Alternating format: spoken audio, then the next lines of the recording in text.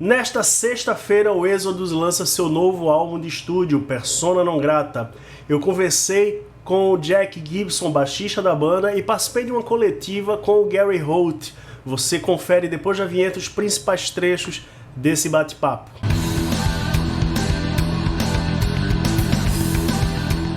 Antes de continuar, não esquece de curtir o vídeo, assinar o canal, ativar as notificações e considere ser um membro aqui do nosso clube. Dá uma olhada nas vantagens. Curte nosso conteúdo? Então vem participar do Clube Tubes. Por uma pequena quantia você vai ter acesso ao grupo do clube no WhatsApp, conteúdos exclusivos, assistir aos vídeos novos antes de todo mundo, dar nota nas resenhas e até escolher tema de episódio. Isso entre outras vantagens, hein? Mais detalhes na descrição. Vem tomar uma com a gente! Jack Gibson, it's an honor and a great pleasure to speak with you. It was very nice of you to make room in your schedule to talk with your to your Brazilian fans. So thanks for being here, man. Yeah, you're welcome, man, for sure. You've been playing with Exodus since 1996, if I'm right. Yeah. The live album. We recorded the show that the first album was recorded. The live album with Bailoff was in very early 1997, I believe. So, by the end of '96, I was, with the band. Yeah. Yeah. How did you join the band? I had been jamming with Tom and Gary at the time in a band called War Dance, and so we were kind of shopping that demo around, and the best offer we got was to get Bailoff and Rick to come back and do like the bonded reunion. So that's what ended up happening. So I was kind of already there, and they asked Robbie if he wanted to do it, and he said he wasn't interested in it. So I was kind of the second choice. Yeah. So this month, you guys are releasing the next Exodus album, Persona Non Grata. I've heard it, and I have to say it's amazing. My favorite tracks are Persona Non Grata, Sleeping into Madness, The Beatings Will Continue, Clickbait, Lunatic Liar Lord, and Anti-Seed. Such a powerful album. Do you think it's one of the greatest from Exodus? Man, I mean, I think it's one of the best ones that I've been on. And we've done some pretty good stuff while I've been in the band, but I think the songs are really good on this one. Like they're more song-like instead of just like a riff exposition. They're almost like old school songs, you know what I mean? And like there's a little bit of a chorus and a sing along parts and stuff like that. I think it's really, really good, man. Yeah. So what are your favorite tracks? Do you have any? I really like Clickbait, man. Like it's actually kind of one of the more straightforward songs on the record. Like it doesn't get too wild at any part, but I don't know, for some reason I kind of just like the driving nature of it, and I really like the chorus of it too. Like the way the chorus is kind of a sing along, type of vibe. I really like it, man. Yes. So when you look back at your discography with Exodus, do you have a favorite album? One of my favorites that I always end up kind of going back to. I always really liked Exhibit A. Yeah. That we did. It was Gary was really into. I'm sorry about that. Gary was really into black metal and stuff at the time, and you can kind of hear it. Like, it's kind of a dark album, and the songs are big, long, like thrash epics, kind of like and Justice for All style, writing kind Yes. of. It's just big and long and really cool. And I always really liked that Yeah. album. Yeah, absolutely. I mean, everybody says that. I mean, personally, I think Exodus has done nothing but make great albums since Temple of the Damned. I mean, I love them all. They're like all killer. They all have classic songs in the right. But this album is it's on another level. It's really, really good. I mean, it's so heavy, but there's the hooks, it's so catchy. And, we kind of put everything together on this one, and I can't wait till this thing's released. I'm super anxious, put it that way.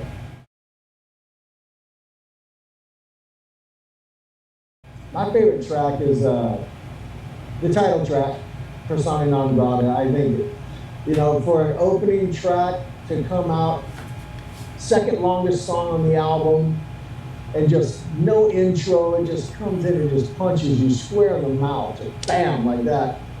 And Prescribing Horror, it's like my favorite song. So, what are Exodus plans? What are Exodus plans for the end of this year and for the next? You guys are back on the road with Testament and That Angel, right?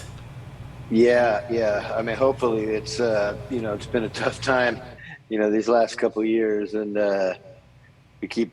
tours keep getting pushed off because the conditions just aren't quite, they're just not quite right. I mean, it's one thing to be bouncing from city to city every day, and every place has its own set of rules, and every state has a different thing, and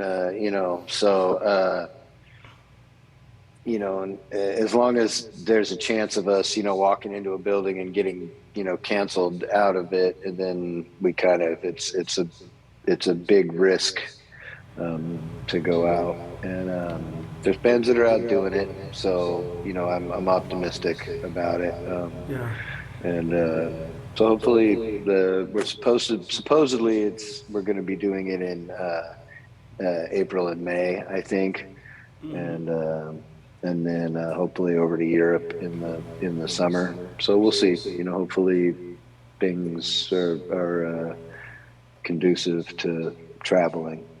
Yeah. So is this the first time all three bands have toured together? Well, no, we did it in Europe right before the outbreak of COVID. We were over in Europe with this very same bill, and it was great. It was a great show. I mean, I think we've all played together at some point, but not all on a tour together. The whole just a whole Bay Area package and stuff. So I mean, it's fun. It's fun.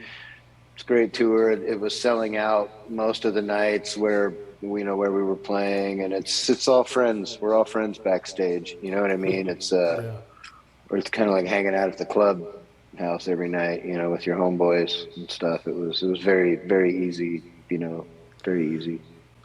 Yeah. So I have a question from one of our supporters, José Carlos. Like to ask, what was it like to have spent so much time not being able to play live because of the pandemic, and how are you guys holding on?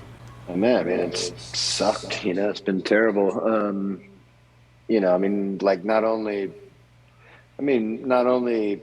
is our job gone, our income was gone, but all the people that we see and love, and all of our fans that we get to know going around and around, and all of our friends around the world, and everybody just like everything,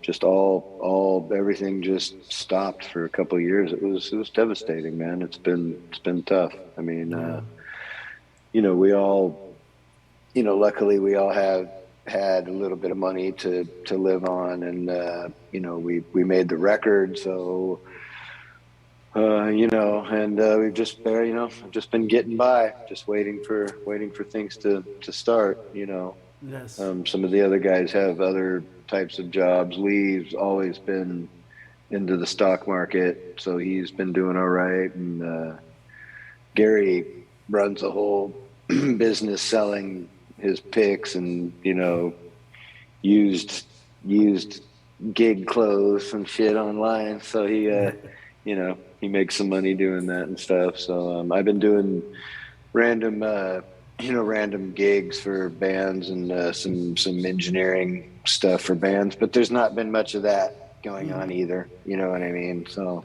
Yeah.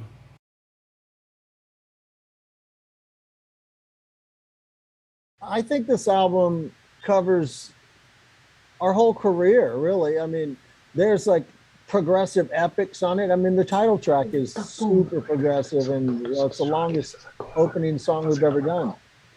I think there's shades of Force of Habit on this album. There's a little bit of everything. We just wanted to make great songs and wanted to make sure they were heavy as fuck. We didn't really try to be one way or another, but we're Exodus, and I think this album personifies who we are. No pun intended. Yeah. No, you can't do Slayer without Tom Araya. No way. I mean, when I was asked that, I didn't necessarily say the band quit too early. I said the band was playing super killer. So yeah, we had a lot of years left, but I also said it's better to quit too soon than too late. And if you're really not feeling like doing it anymore, then it's going to show in your performance and all that. And it's better that the memory of the band be really good. You can't do Slayer without Tom Araya. His voice is, half the battle, So to my knowledge, there'll never be another Slayer show. It sounds like a sad thing, but, I was able to be part of it for almost 10 years, and I'm thankful, and I feel very fortunate. And it was a big part of my life. And they're my brothers. And but now it's all about Exodus. I'm back, back home where I belong.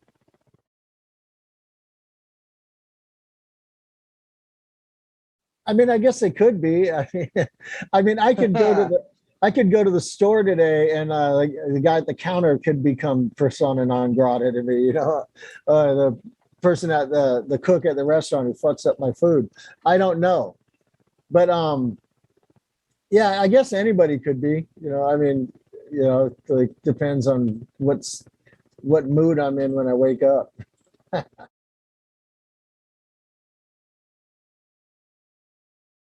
Yeah, I can't wait to play it live. That was a song that I had finished, almost about 90% finished, and we brought it into the writing process late, because I get really obsessed with my latest songs, and I forget about stuff I've written earlier, and that was one of them. And towards the end of the recording, we're like, let's listen to that again, and we started jamming on it, Tom and I, and well, this is really good. Let's work on this more.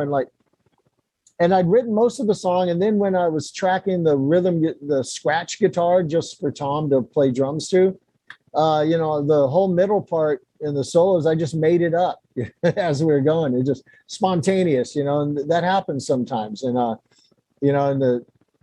the engineer's about to hit stop, no, don't stop. I'm just going to keep going. And just make it happen like that, But yeah, I love that song. We'll be playing it live for sure.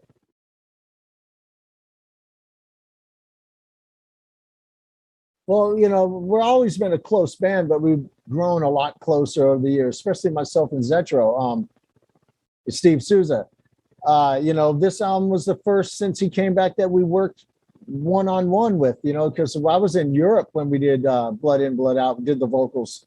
And so we were doing it all via email and phone calls and stuff. And it makes it very difficult to record an album that way, We were able to work together on this one, and that was the big change. but you know, like we're closer as a band than we've ever been. You know, we all realize that we're closer to the end of our days than we are the beginning. You know, we're not getting any younger. We insist on being as fast and heavy as ever, which, you know, we're not making our lives easy. You know, we make it harder. You know, the songs are harder, but that's all right. It keeps us young, you know, and we just, you know, we have no desire to quit. When the time comes to quit, I'll know it, you know, because it means I can't play these songs anymore, you know? So, what bands do you listen to at home? Oh man, I really I listen to old music, like you know, old country music and old big band crooner type music, and like pretty much some of the most modern stuff I'll listen to is like 70s era rock and 70s era country music. I really like that type stuff, but I don't listen to much metal anymore. I did a lot when I was younger, but I think now that it's my job and I go out on the road and I hear it all the time, and I end up taking it in all the time anyway, that when I get home I kind of want to listen to, you know, something from another world, you know. Almost all I listen to is not metal. Prince is my hero. He's always been my hero. Ohio Players, Earth, Wind and Fire, a lot of funk music. The Time. My favorite album right now in the world is Haim, Women in Music, Part 3. It's the best album ever. So good. I would like to ask you about your side project, The Coffin Hunter. You played banjo, right? I do, yeah. I have like I said, I have like a love for old country music, and so I started playing banjo about, I don't know, maybe 10, 15 years ago, something like that, and yeah, I just love it. You know, I love old bluegrass music and old country music. So I started writing music, just playing the banjo and sticking parts together. And all of a sudden I had songs and made up some words. And so I started a band. It's called Coffin Hunter. Originally Tom Hunting was playing drums for me too, but I since have moved out to Nashville, which is a long way from California. So I have some younger guys out here that I play with, you know, every now and then. Yeah. So yeah, it's kind of just a fun project of my own. It's real expressive. It's kind of like the country music people don't write anymore. Yeah. So like stuff that I want to hear but nobody's making, so I made it myself, you know. Yes. As a bass player, what are your biggest influences? Geddy Lee is probably my number one idol. Billy Sheehan is also a very big person that I kind of modeled a lot of my playing after, like watching him, and I was like, I'd like to do that, but in real heavy music, you know. Yes. So Billy and Geddy, but then like within metal, it's really like Frank Bello and Dee Dee Verney and Junior, like early, like the first few albums with of Megadeth, where he was really raw and you could really hear him really going for it. But it was really like Frank, because like Frank on Among the Living, that tone that hung under the guitar, and it was just in this perfect place, and every so often you'd hear his little licks come through, and you could just always kind of hear it under there. And Dee Dee was the same, but Dee Dee played with a pick, Frank played with the fingers, I played with my fingers, so I kind of likened myself a little more to Frank. But it was that same thing. Like I would hear Dee Dee and I would hear Frank, and I'd go, that's what bass is supposed to sound like on this type of music. There's supposed to be like an electricity about it and a tone of your own, and so that's where I kind of get what I do with Exodus is from those guys.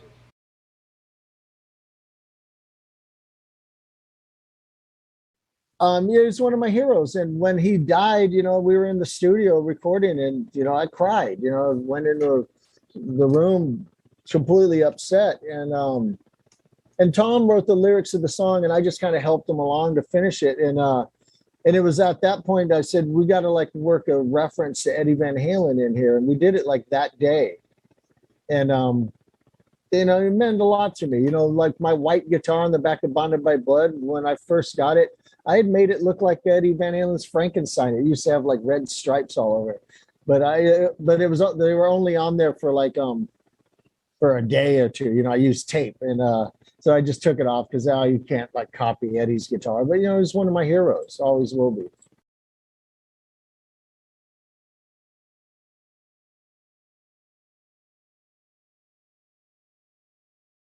Yeah, Nurgle asked me to do a solo for the record, and it was easy for me because I was recording the Exodus record. I was already set up.